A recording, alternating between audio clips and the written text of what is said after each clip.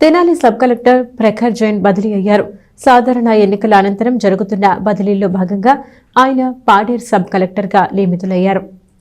Tenali sub collector Prakhar Jain బదిలీ అయ్యారు. 2021 civils బ్యాచ్కి చెందిన ఆయన గత ఏడాది ఆఖర్లో తెనాలి సబ్ కలెక్టర్గా బదిలీపై వచ్చారు. ఆయన బాధ్యతలు తీసుకున్న కొద్ది కాలానికే సార్వత్రిక ఎన్నికల హడావిడి వచ్చేసింది. గత ఎన్నికల్లో తెనాలి అసెంబ్లీ నియోజకవర్గ రిటర్నింగ్ అధికారిగా ఆయన బాధ్యతలు నిర్వహించారు. ఎన్నికల అనంతరం తెలుగుదేశం పార్టీ కూటమి ప్రభుత్వం ఏర్పడ్డాక ఐఏఎస్ల బదిలీలు జరిగాయి.